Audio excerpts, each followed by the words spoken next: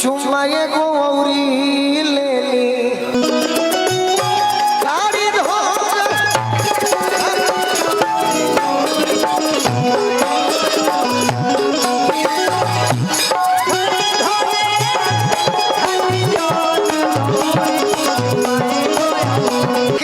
से गुस्सा है बताइए। गुस्सा भैया आवाज बढ़ा दीजिए। ये माइक लीजिए, माइक के साथ जान लीजिए, बाकी बोलिए कि क्यों गुस्सा है। देखिए हम किसी से गुस्सा नहीं होते, ठीक है, बट कोई होता है ना कि जो जानबूझ के चाहता है कि निष्ठा को परेशान करना। हम नहीं, आप नहीं, और भी लोग हैं, बहुत लोग हैं। अभी मैं प्रेम से ही पंकज को बुलाई ना कि भाई आओ गाओ। पंकज को छोड़िए, हमसे आप गुस्सा है? नहीं, मैं किसी से गुस्सा नहीं हूँ, मेरा किसी से कुछ गुस्सा नहीं। तो आपके प्रति अच्छा बताइए, आप मेरा मतलब खेत उत काट के रखे? छोड़िए खेत का। नहीं ना, तो फिर काहे ना गुस्सा होंगे आपसे? तो क्यों आप ऐसे कर रहे हैं? मुझे थोड़ा अजीब लगता है। सारे लोग आपका शिकायत कर रहे हैं, पूछिए आप। कोई बात नहीं, आज वो शिकायत कर रहे हैं, उनका प्यार है तो शिकायत कर रहे हैं, प्यार नहीं, वो बात नहीं, हम किसी से मेरा बात सुनिए। हाँ बोलिए। श्रोता आते हैं जी, आपके लोग यूट्यूब पर प्रोग्राम देखे हैं, हमारा भी देखे। मेरी बात समझिएगा, मैं आपसे जूनियर मानकर कहता हूँ। नहीं आप सीनियर हैं, हम तो लेकिन सारे लोग आपका शिकायत करते हैं कि बड़ी लड़की टेढ़ है, घमंडी है, लेकिन मैं जानता हूँ कि आप घमंडी नहीं हो। नहीं, आप खुले दिल की लड़की हो, लेकिन हमसे क्या दुश्मनी है? दुश्मनी कुछ नहीं है, कुछ नहीं, कुछ नहीं। और पंकज के खीस हमारा पर मत उतार दो ना, केकरो खीस नहीं है, जे हमसे टेढ़ियाई हम टेढ़ियानी बस। हमरा नु टेढ़ियानी। हां मित्र श्रीमन नारायण तथा का भाई गलती पूछत नहीं, आज पूछिए लगन तो है बड़ी बाहुर आदमी हमें सब। सुनिए ना, आप थोड़ा गुटखा कम खाइए, इसमें पूरा लगा। हमारे गुटखा ना खाए, कुलंजन खाता नहीं, आवाज बन रही। ठीक, पूर्वी गवाइए, पूर्वी गाइए, बहुत टाइम हो गया पूर्वी। नहीं गा नहीं रहे हैं, आपको सुना रहे हैं कि अगर आपकी शादी होगी। जी भाई, ये थोड़ा माइक दीजिएगा हमको। क्या बात है, ये बात जानिए नेहा जी कि जौन कम हाथ। एक मिनट सुनिए, जितने भी यूट्यूबर हैं, मुझे किसी से कोई दुश्मनी नहीं है, ठीक है, बट ऐसा एक टाइम होता है ना, लोग मुझे जानबूझ के परेशान करता है। कौन? और ये पूरा पब्लिक जानता भी है कि क्यों मुझे परेशान किया जाता है। कोई नहीं जानता है, सब जानता है। सब आपको आज गलत कह रहा है। कोई बात नहीं, इनका प्यार है, इनका गुस्सा है, मेरे पे निकालेगा, मुझे पता है। कैसे निकालेगा?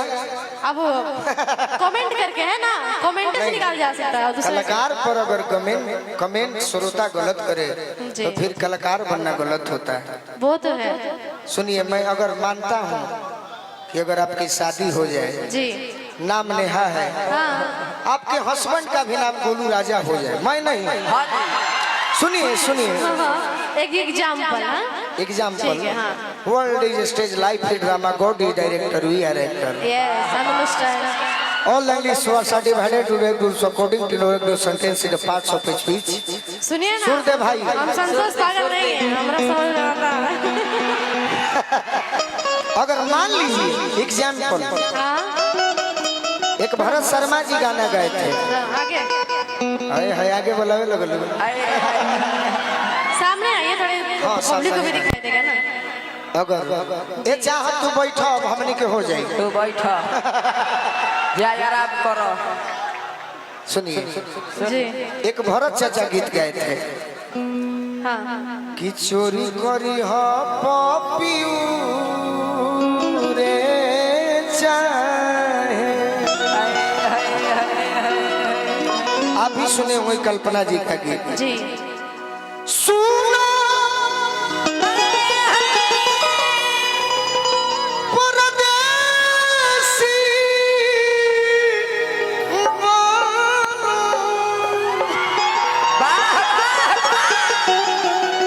जगह नहीं था, गिर जाते तो इसलिए गिरने नहीं देंगे जीवन में, नहीं उठना है, आशीर्वाद है बस। गिरने नहीं देंगे जीवन में। मैं सबका सम्मान के हूँ, आपका भी सम्मान करता हूँ। हाँ जी, अरे हो मुझसे नहीं ढीली देवरा तोड़ी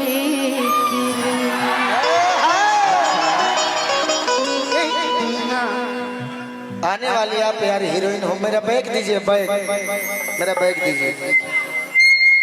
ए सिटी भाई, ये गाना बस सुना कर मैं, हाँ बिल्कुल। आप कहिएगा तो बैठ जाऊंगा, कहिएगा तो चले जाऊंगा। पूर्वी सुनाइए, पूर्वी से मुझे बहुत प्यार पूर्वी होता रे। है और कल्पना जी से प्यार है थोड़ा। आज कल्पना जी का बर्थडे, जरा ताली बजा दीजिए एक बार कल्पना जी के नाम पे। पूर्वी से प्यार है, जो गा रहा है उससे दुश्मनी है। नहीं नहीं, आपसे भी बहुत लगाव है, आप मेरे भाई समान है। एक लड़की, हाँ जी, सुनिए भाई, हाँ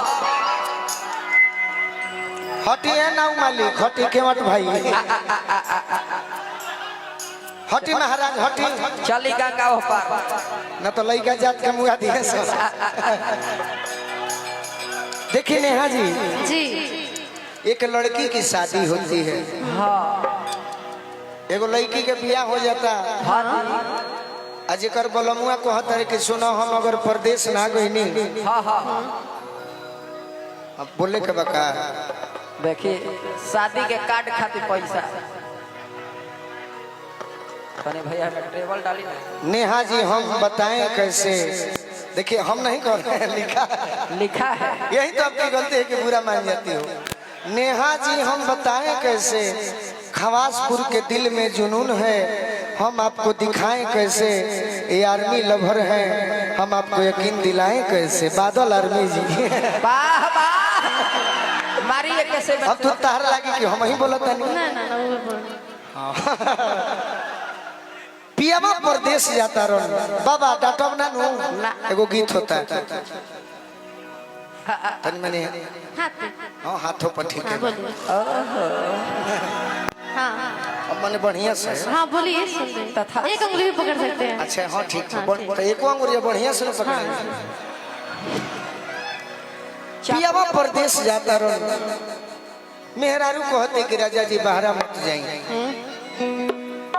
अब यदि बाहरा जाता नहीं, देखो काम करी पहले के हमनी के घर परिवार के माई बहन जब बाहरा कमाए जाई जा, कहे भाई मुझे थोड़ा खांसी आ रहा है। अच्छा धैले रहो, खांसी ना आई, ठीक है, हम गमछी पकड़ और लेंगे। गमछियो धैले रहो, करेंट बा।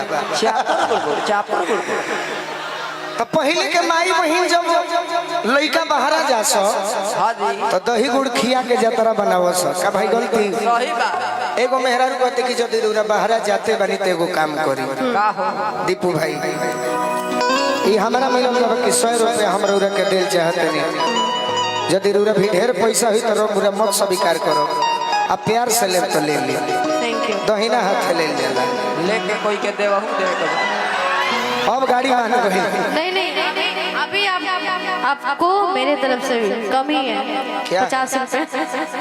है हंसत अरे अरे तो क्या करिए, ना इतना नहीं बोले गीत गा रहे हैं आप तो हंसेंगे नहीं। अभी कहा, अभी तो शुरुआत करता नहीं, कहत दिया मेहरारू का हो कि जाता नहीं बाहरा, जेने कहबो ने आ जाए। हाँ वहाँ पे ए बोलो जी तनी बेगवा हमार छीन के ना रख लेबू मेहरारू, बड़ा भारी बुझाता है। भारी में तो टाइम के काहे घूम रहे हैं? रख ली, वहाँ से टंगइबो ना करी। देखिए मेहरारू चाहते कि बाहर मत जाए। ना ना भारी वालों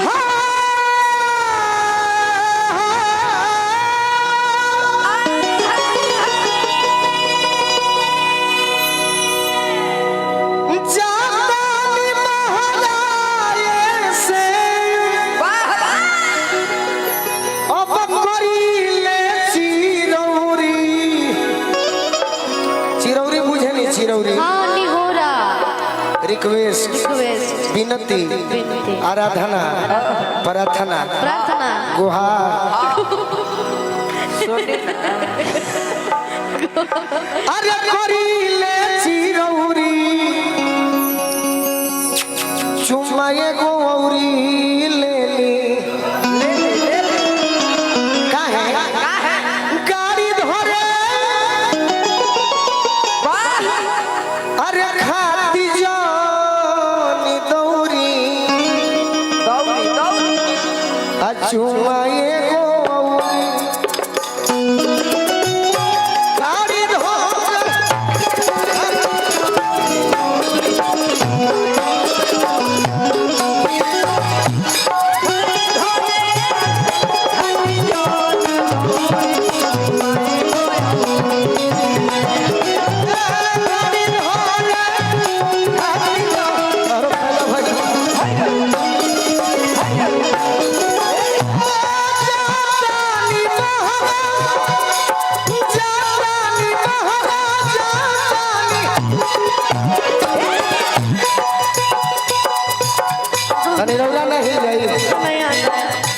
आता है सब लजाती हो।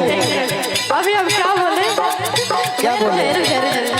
रुक जाइए भाई, आज ही जौन को हतिया माने के बा। हाँ जी हाँ जी। अभी आप क्या बोले? क्या बोले? तोहरो पैसा वही में। अरे तो हम ऐसा कंपनी के मालिक है कि हमारो फायदा हुई तो स्टाफों के फायदा हुई। सही बात। खाली खड़ा रहो, खुश रहो, झगड़ा मत करो, केहू के डांटो जौन। देखो ना माले सगरो जमीने जमीन हो जाई। अरे जातानी महाराज हाजी अतनो नहीं एक बार आप कर दीजिएगा तो देखिए ताली का स्वागत। नौजवान भाई नहीं, माँ बहनें भी बजाएंगी। हटी ना तो डिस्टर्ब होता। एक बार मैं आई रिक्वेस्ट फॉर यू, एक बार दे देना। तनी मनी हिला दो। हई देखो हो बड़े बोके तनी मनी ए भाई के देखल चाहता हाथ उठा के देखो। यही प्रोग्राम है। कीजिए नहीं आप थोड़ा सा हमारा नाम है तो कैसे करें? अरे सब आवेल हम देखल बनी सपना में।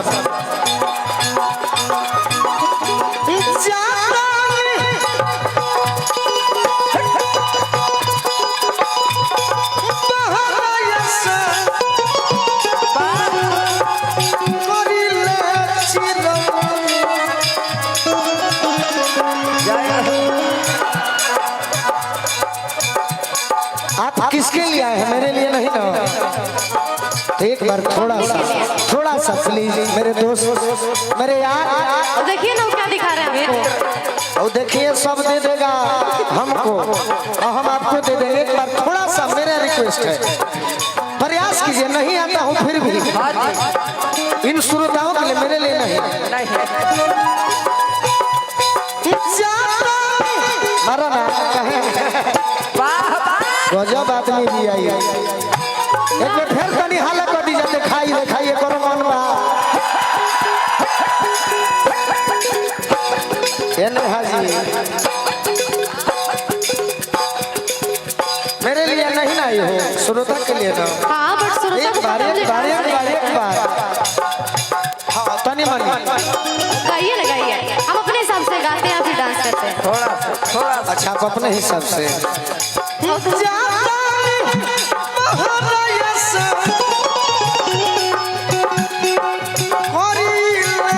अतना नहीं खे पर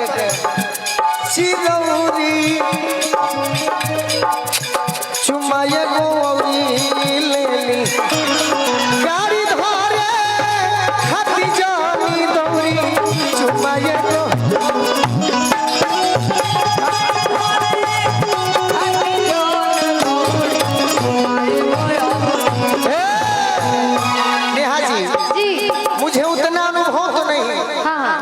लेकिन भोजपुर जिला बगल में उत्तर प्रदेश हो गई।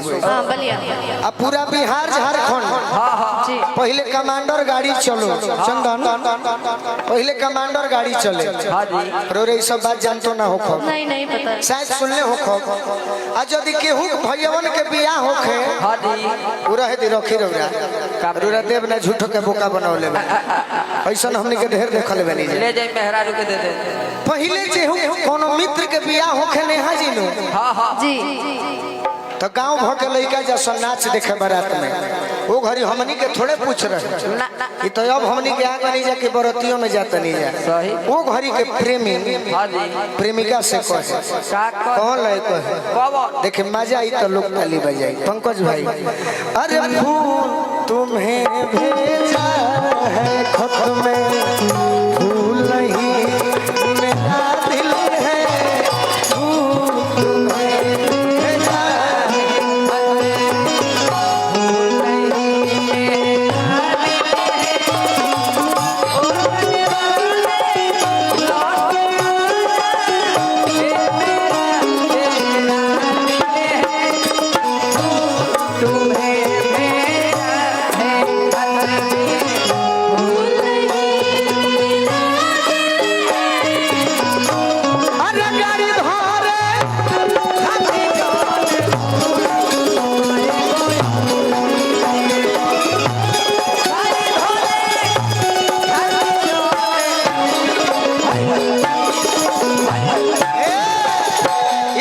समय में कहबे के टाइम में हाँ जी। कि देखियो बयतना लजाई जनी लाज से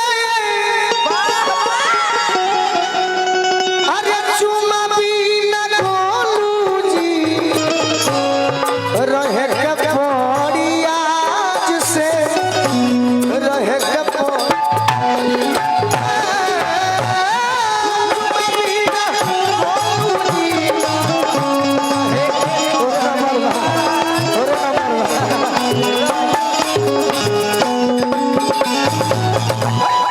जब हम सोनू संग दिल ए बलम जी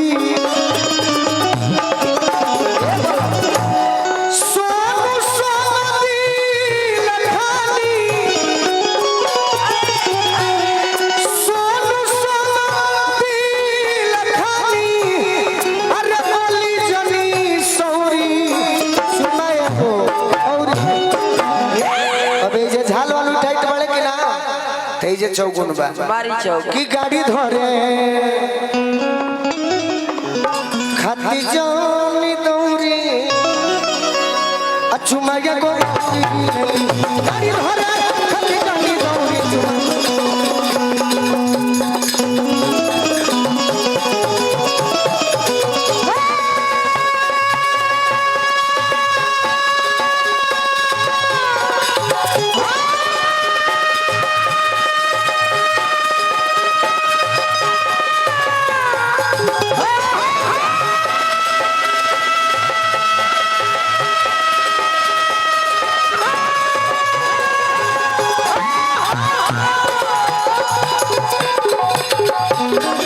कि जाता नी महाराज